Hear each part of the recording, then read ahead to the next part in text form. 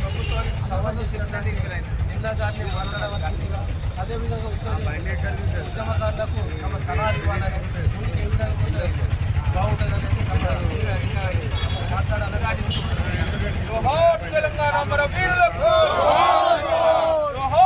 తెలంగాణ మన వీరులకు.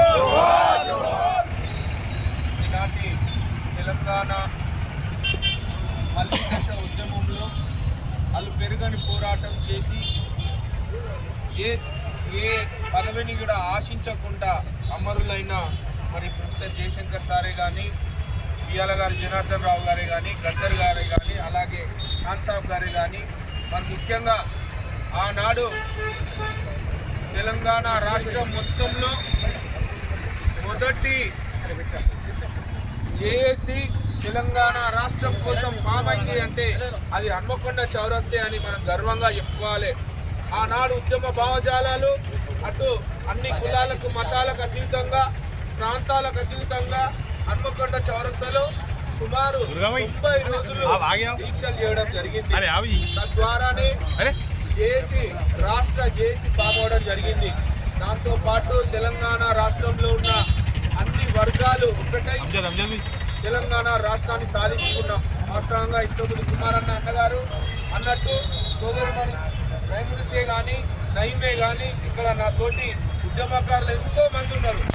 వారు నిజంగా ఎవరికైతే ఫలాలు అందలేకపోయినాయి, ఎవరికైతే గుర్తింపు రాలేకపోయింది. కానీ ఇంకొకటి కుమారన్న అన్నట్టు ఈ కార్యక్రమాన్ని గత వారం 10 రోజుల నుంచి మేము ప్లాన్ చేయడం జరిగింది.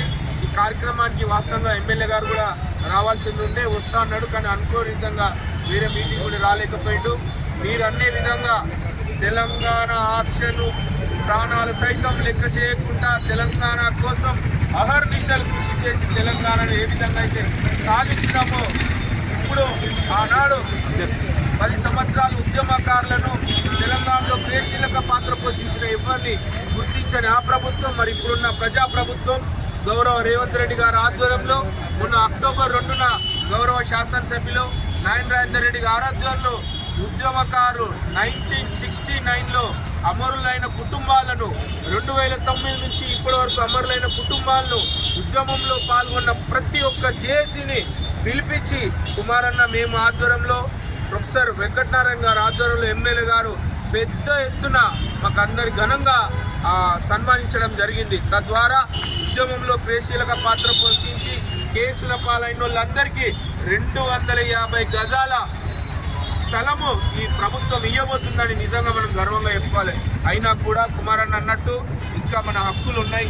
ఉద్యమకారులందరూ పార్టీలకు అతీతంగా కులాలకు అతీతంగా మనం ఒకచాటు మీద ఉండి మన హక్కులను కొట్లాడే బాధ్యత మనకు ఉన్నదిగా తెలియజేస్తూ, అలాగే ఇటువంటి కార్యక్రమాల్ని ఇటువంటి వీరులను ఆకాశం భూమి సూర్యుడు వెళ్తురు ఏ విధంగా ఉన్నదో ఆ కాలం ఉన్న రోజులు ఇటువంటి మహనీయులను మనం ఎప్పటికీ గుర్తు చేసుకునే విధంగా కార్యక్రమాలు కూడా చేయాలని కోరుకుంటూ నాకు ఈ అవకాశం ఇచ్చిన నిర్వాహకులకు మరొకసారి ధన్యవాదాలు.